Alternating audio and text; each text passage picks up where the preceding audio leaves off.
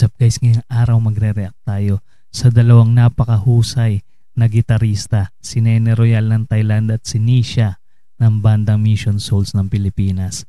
Ito yung kani-kanilang adlib dito sa kanta ng Guns N' Roses, Sweet Child of Mine. Ayan, napakalupit na mga adlib nila dito guys. Tignan natin kung ano yung mga pagkakaiba dito sa kanilang mga adlib. Unahin natin si Nene Royal.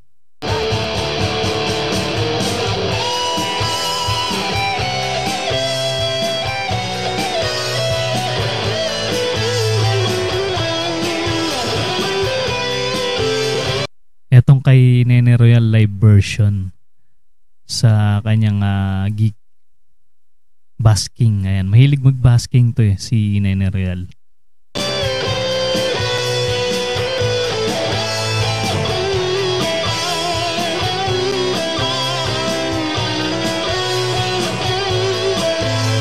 Madala siya dito sa parang night market.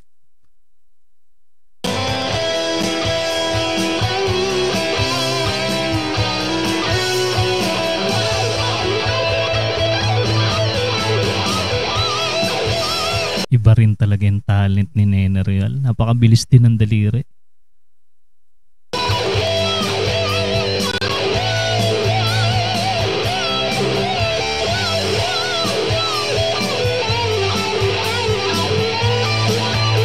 Ano sa palagay nyo guys? Malapit ba sa original yung tunog ni Nene Royal? I-comment nyo lang sa ating comment section.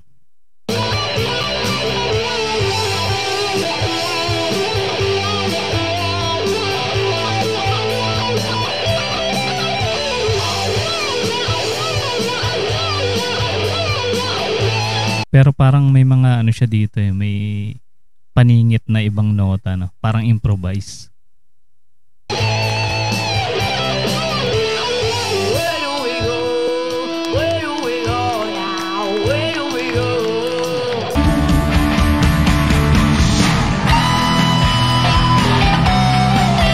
Ito na si Nisha ng banda Mission Souls. Gamit din yung kanyang Les Paul Gibson.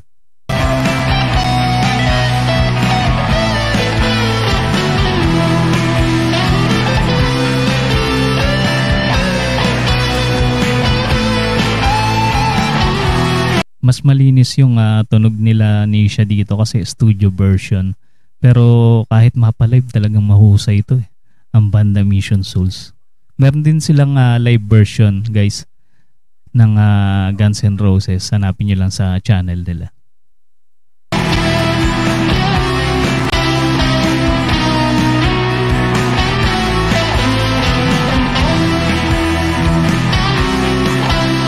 Sa guys, sa Mission Souls Army, doon hanapin niyo yung post nila doon ng live version nila ng Sweet Child of Mine.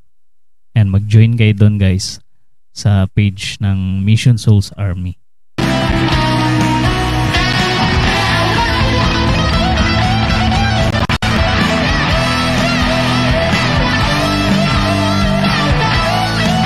Hangas talaga ni Nisha. Gumagapang yung daliri.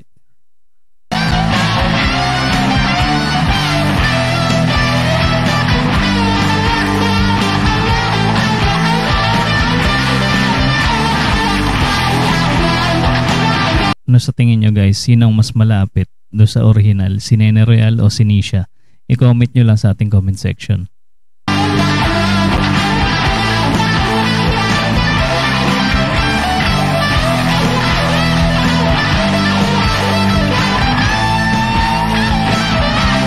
Grabe. Iyak ng iyak yung gitara ni Nisha.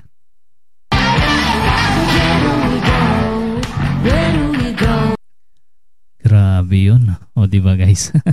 Talagang napakalupit ng dalawang gitaristang to, si Nene Royal at si Nisha ng banda Mission Souls. Kaya ano pa hinihintay nyo? Mag-subscribe na kayo sa kanilang channel. Supportahan din natin si Nene Royal ng Thailand at si Nisha ng banda Mission Souls. Ganon din, idamay nyo na rin yung ating munting channel para ma-notify kayo sa mga susunod nating upload. Maraming salamat sa inyong panonood.